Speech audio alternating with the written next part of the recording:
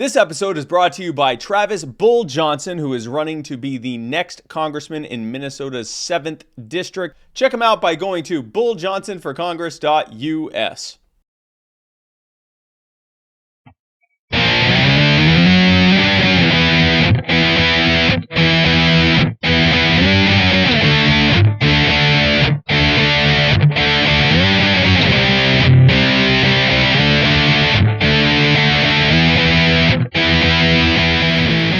And now, Matt Wright and Spike Cohen.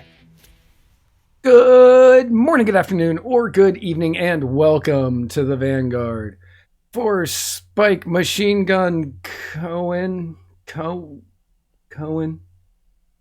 I am Matt Wright, and together we are traversing the muddied waters of freedom. First and foremost, allow me to thank Kava Kevin for the kava I am drinking on this week's episodes. And I would like to thank Buc-ee's for giving me this. Well, they sold it to me. This.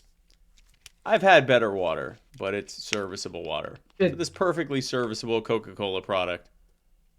Water flavored beverage. Pulavanaka. Pulavanaka. And of course, folks, be sure to like, subscribe, follow, comment, do all the things that you do. And if it's on YouTube that you're watching this, be sure to hit the bell. Don't just subscribe, hit the bell. I want your phone to explode with notifications every single time we go live. Speaking of explosions, oil prices. Oil prices are exploding. They are. Oil prices are no longer caused by Putin's war. Kind of. That's great news. Kind of. Oh. Yeah. In their quest to find someone to blame for high gas prices, the White House has found a new villain. Oil refiners.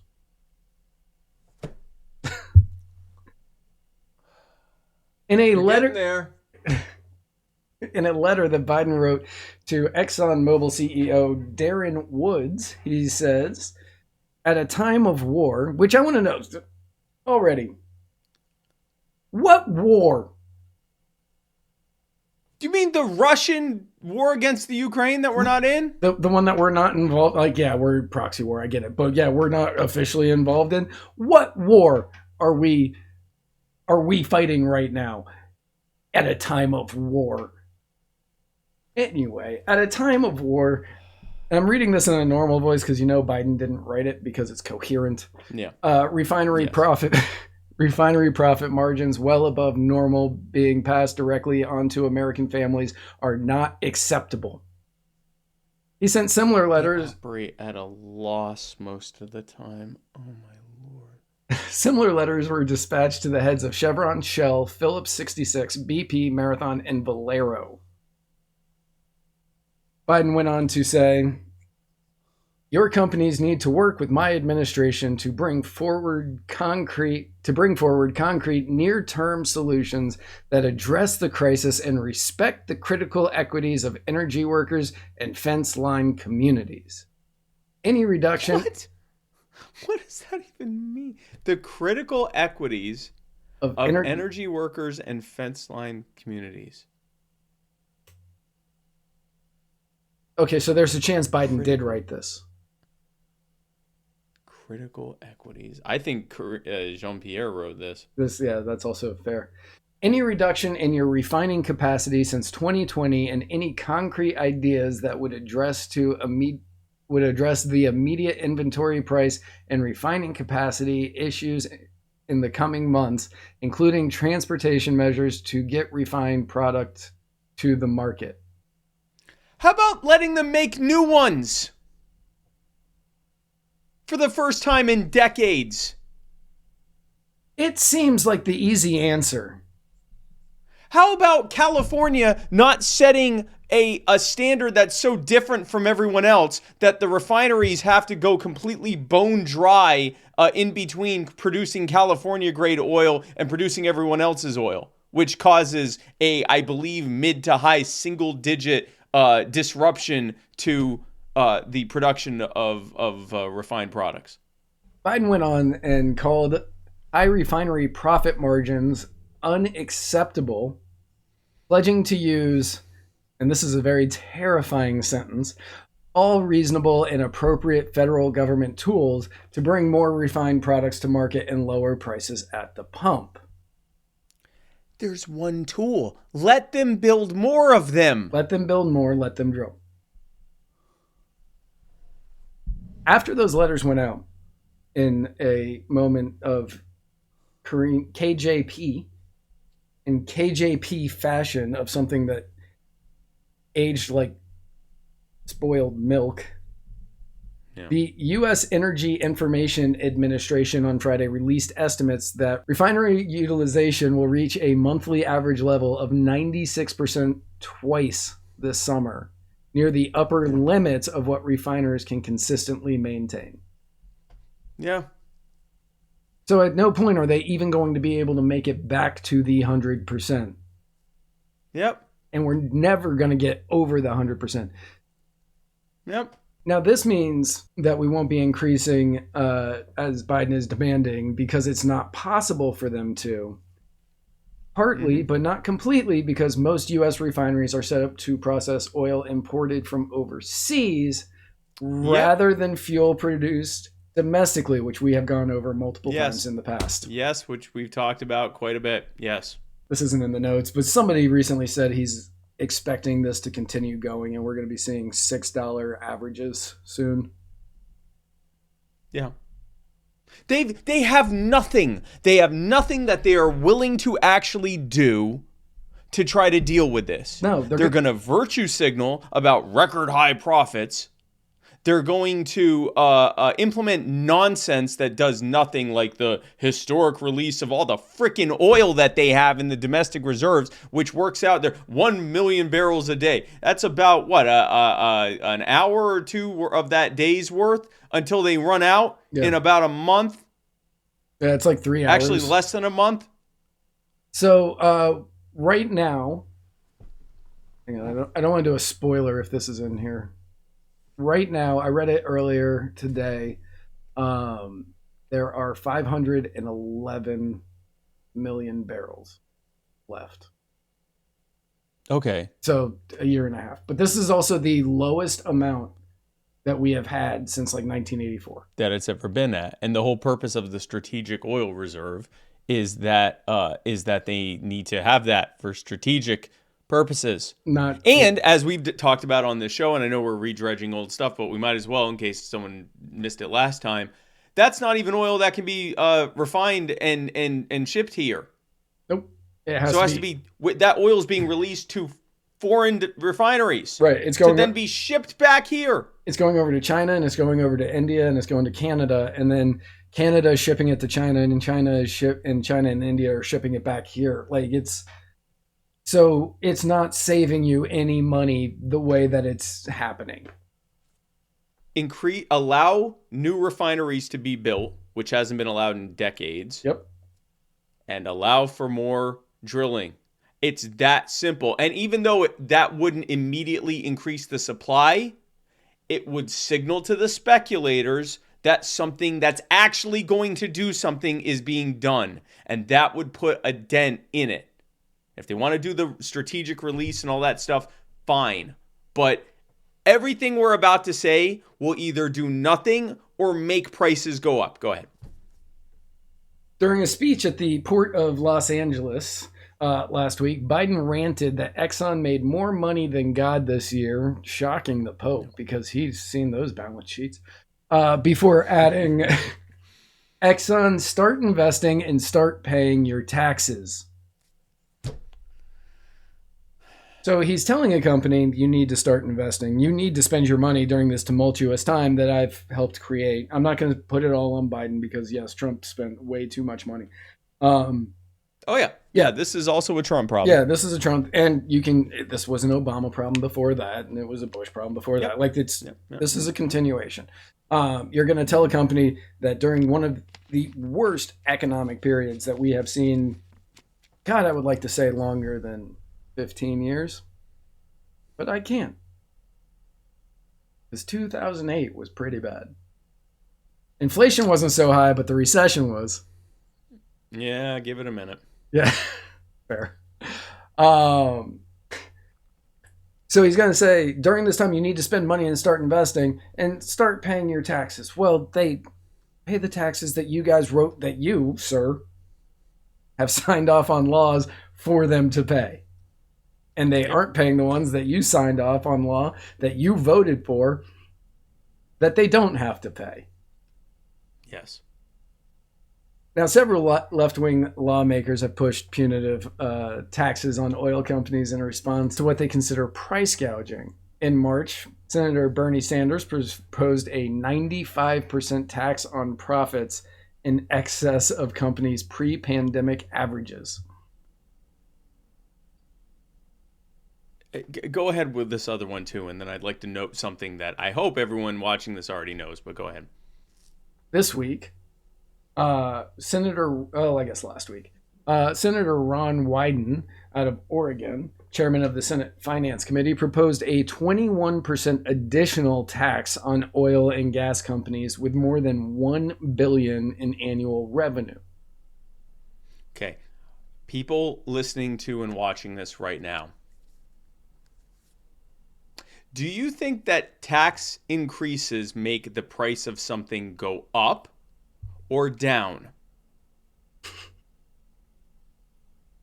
And you wouldn't have to go very far to find out the answer. You could ask Bernie Sanders and Ron Wyden when they complained correctly that Trump's tariffs, but only Trump's tariffs, not all the other ones that were already in place, but Trump's tariffs specifically drove up the price of goods and services for American consumers, which they're right. They did, because they're taxes. And I don't want to spoil the answer. You can tell us in the comments if you think that taxes comment below comment below on whether you think taxes make prices go up or down. Whether adding to the price, sorry. So the American Petroleum Institute, in their statement after reading this letter, said the administration's misguided policy agenda shifting away from domestic oil and natural gas has compounded inflationary pressures and added headwinds to companies' daily efforts to meet growing energy needs while reducing emissions. Yes, that's 100% true. That's correct.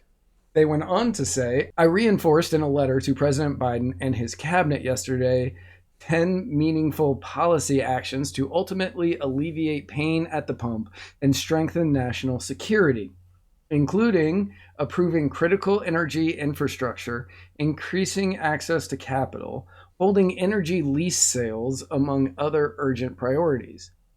Ahead of his travel to the Middle East next month, we urge the president to prioritize unlocking U.S. energy resources, that they are the envy of the world, instead of increasing reliance on foreign sources. And the foreign sources are already at full capacity too. I mean, at this point, if you're going to cut off Russia's supply to everywhere but China and India, basically, everyone else except the U.S. is basically giving her all she's got, Captain. Like, there's not much left. We're the only country on earth where our government's like, nah, choke them a little. Like, that's not a thing in other countries. It's insane. It is. I want to say the API, the American Petroleum Institute, they said they had 10 initiatives. Some of that kind of sounded like cronyism. I know those were like top line items. It's 100% crony. Like, let's. Yeah, I'm sure. Because really, it's not 10. It's 2. Right. Let's not kid ourselves. Approve the leases and allow for more drilling permits. I guess that's 2. And let them build more refineries. If you want to get fancy and add a 4th one, stop requiring this federal involvement with eminent domain to be able to do these pipelines. Because it blows up in everyone's faces when the judges shut it down. If you let them just drill, which I hate that term, but what the hell? Whatever. If you let them drill it and you let them refine it, then they'll be able to come up with their own capital to be able to pay landowners a market value to be able to build more pipelines. So let them do that. Yes. We are not energy experts. This is basic common sense supply and demand stuff. Yeah, this is the simplest. This is the simplest form free market economics, and it's just let them do this. Prices will go down. Instead, what you are doing and what you are attempting to achieve will end up with prices going up. Now, what the API mentioned is that they brought up Biden's trip to Saudi Arabia. This trip has been postponed multiple times. Sometimes because Saudi Arabia postponed it, and sometimes because Biden. Both of them are postponing it for the same reasons. Biden has gone around and demonized Saudi Arabia, and I'm not even going to say he's wrong. Not going to say he's wrong. No. But he's been going around demonizing Saudi Arabia on a world stage and working on a nuclear deal with Iran, which the Saudis don't want. So he knows that when he shows up to that meeting with the Crown Prince of Saudi Arabia, he's going to have to grovel harder than he has ever groveled before to be like, can we have more That's what he oil? was practicing. That's what he was practicing doing on the bike. Just go there and just like that, just right on the ground. See how quickly I can kneel. This is the geopolitical problem with intentionally choking off your economy to the benefit of cronies. And by the way, there's a little bit of cat and mouse, cloak and dagger stuff here. So Biden is, you're getting record profits, and that's not right. He's created a market or a market reality in the United States where the energy companies don't have to compete with each other because they're all operating at full capacity, which means their profits can go through the roof. This is what we see with manufacturing. This is what we see with tech. This is what we see with all sorts of different industries in the US, where the government intentionally chokes off the market in order to benefit the established cronies, knowing full well that we'll just go to the other countries for our surplus. That's coming home to roost.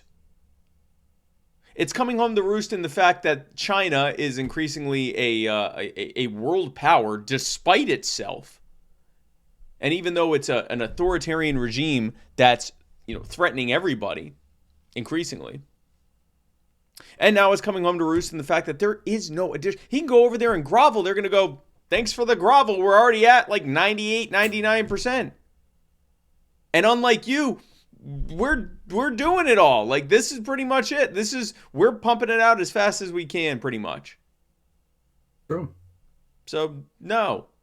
And he should be able to demonize them even more. He should be stopping the war in Yemen. By the way, call 1-833-STOP-WAR. You will be connected with your congressman, your representative. Call for Congress to end the war in Yemen, or U.S. involvement in the genocide in Yemen. But that's a whole other thing. He should be able to do that. He should be able to strike a deal with Iran. That will actually probably be a good thing. He should do all of that. But he's having to tiptoe around the Saudis, who can't even do anymore. He's scared they're actually going to cut off the supply. Because you know what? The Saudis can cut off supply by about 10%, make a big deal of it that they're cutting it off, and make the prices go up so much that they make even more money producing less oil. Yep. And he knows that because he's screwed. Because he can't just admit that the last 2 or 3 decades of U.S. energy policy have been absolute garbage.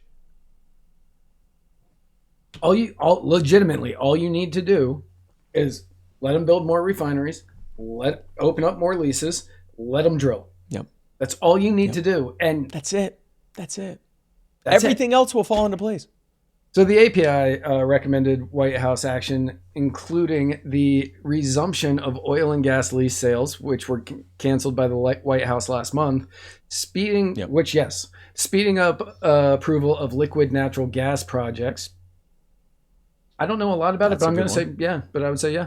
Yeah, no, that's another problem. The LNG stuff. They're concerned that LNG, when transported because it's liquefied and it's condensed to either 16 or 30 or something times density, that it is a higher explosive risk. But my understanding is that there's never been a demonstrated disaster as a result of transportation of LNG. Yeah. So do it. And they also recommend lifting tariffs on steel to speed up construction of key infrastructure. Yes. Yes. If those were their only points, I would be like, yeah, let's do this. Do it. Do it.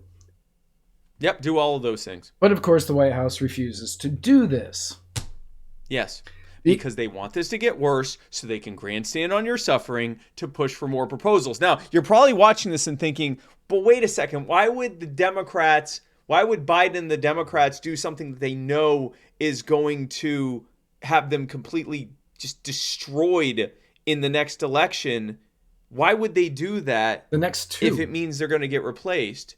It's almost like it doesn't matter which party is in charge. And they don't care. And it's all theater.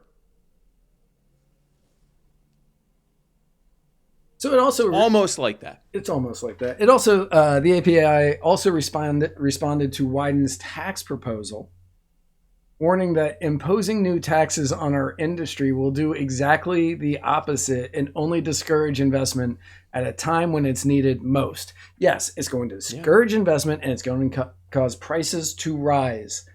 That is what will happen with any tax that comes through on this. So if you commented below earlier that prices would go up, you would be correct. Wow. And how incredible that you completely unprompted knew the answer to that. We're proud of you. We're very proud of you. We're proud of you.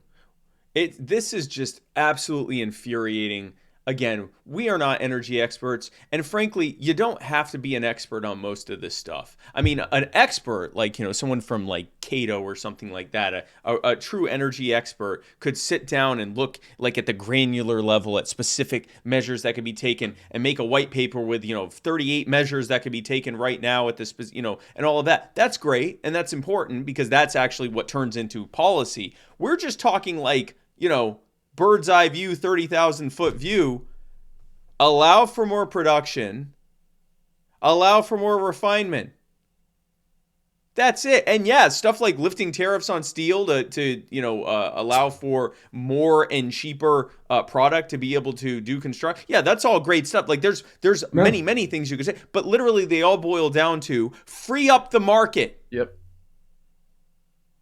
And instead they're saying we're going to restrict the market and put more taxes on it to ensure that the price goes up because we want you to suffer so that we can get more power, more control, and more money from you. And it doesn't matter if blue gets switched to red because we're just going to do it on the next thing and then red will switch to blue and it won't matter because we're all on the same side.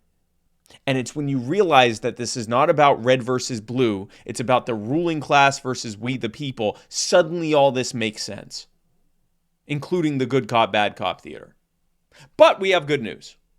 The good news is, if you are a Muddy Waters Media subscriber, then this is not the last episode for the week. It's not. No, there's yet one more subscriber exclusive episode that's coming out this weekend. And I know what you're thinking. How the hell do I get to do that? No one told me about that. I hope it doesn't cost any more than $50 a month. Well, I have a fantastic news for you. You're going to be shocked. Not only is it not more than $50 a month, it's not even $40 a month. Nay, not even $30 a month. Why, I'll tell you, it's not even $25 a month. In fact, it's not even $20 a month. And I know what you're probably thinking. It's got to be at least $17 a month. No. It's not. It's not even $15 a month. And it's not even $14 a month. Let me check if it's $13 a month. Nope, it's not even $13 a month. And it should be at least $12 a month. But it's not. It's not that. It's not even... It's $11. It's not even $11. No, it's $10 a month. For only $10 a month, you get to be a Muddy Waters subscriber, a member of the Muddied Mud People family, you get to be a subscriber, which gets you every week an exclusive subscriber member exclusive episode and access to a ad-free listening experience on Spotify and Anchor, and a 10% discount at the muddywatersmedia.store, which is at muddywatersmedia.com. And you can get all of that by going to anchor.fm/muddywaters/subscribers.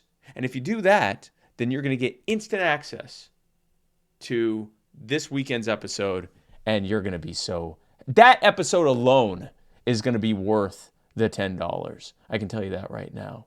So happy to have you join us. Thank you again for watching this free episode. Hopefully, we'll get you subscribed so you can come on over to the subscriber-only episode, and we will see you then.